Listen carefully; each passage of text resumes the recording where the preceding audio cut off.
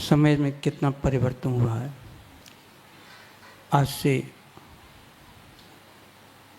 करीब 12 वर्ष पूर्व इसी सिद्ध क्षेत्र की वंदना के लिए पूज्य गुरुदेव की सन्निधि में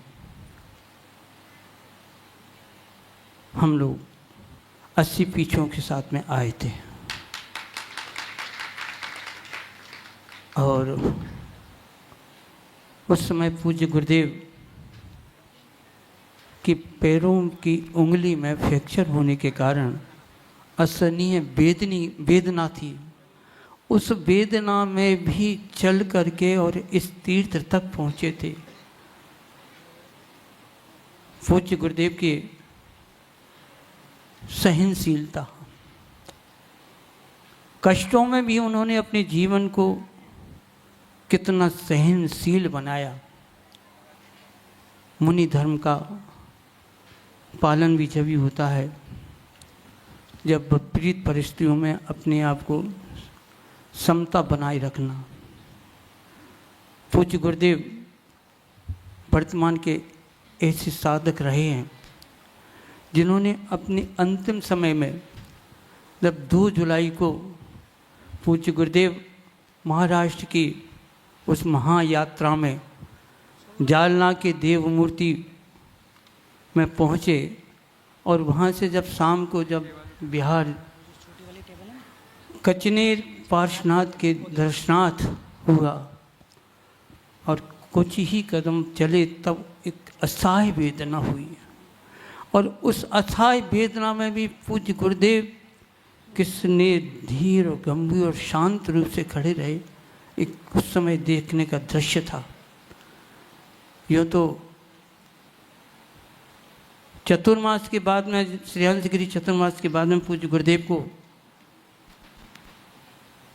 चलने में पेट में दर्द रहता था, लेकिन उस दर्द के साथ में भी करीब 800-900 किलोमीटर की बिहार पूज्य गुरुदेव ने किया।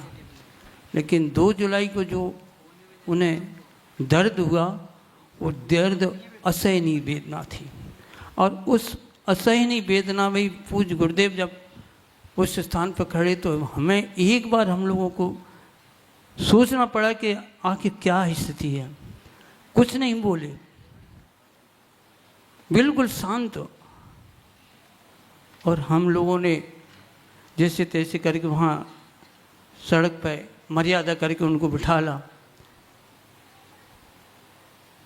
जालना पास था। आचार्य जी के दर्द की स्थिति, उनके स्वास्थ्य खराब की जब स्थिति हुई तो जालना से पूरी समाज उस समय इकट्ठी हो चुकी थी। उनमें वहाँ के डॉक्टरों ने उन्होंने जब देखा तो उन्होंने पूज्य गुरुदेव को उपचार के लिए पास में हॉस्पिटल जाने का कहा, किंतु पूज्य गुरुदेव ने अपने संयम की रक्षा के लिए दर्द सहन करना पसंद किया, लेकिन उपचार लेना पसंद नहीं किया।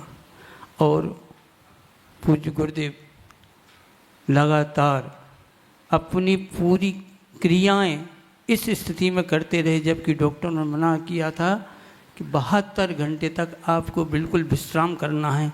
किंतु पूज्य गुरुदेव ने उस समता के साथ में अपने पूरी क्रियाएं वहाँ प्रतिक्रमण, प्रायश्चित देना, सामायिक और अपना स्वाध्याय, ये सब क्रिया यथावत रखें। बंधुओं, समय तो बात तो बहुत है, किंतु समय का मुझे प्रतिबंध बताया कि 5 मिनट बोलना है।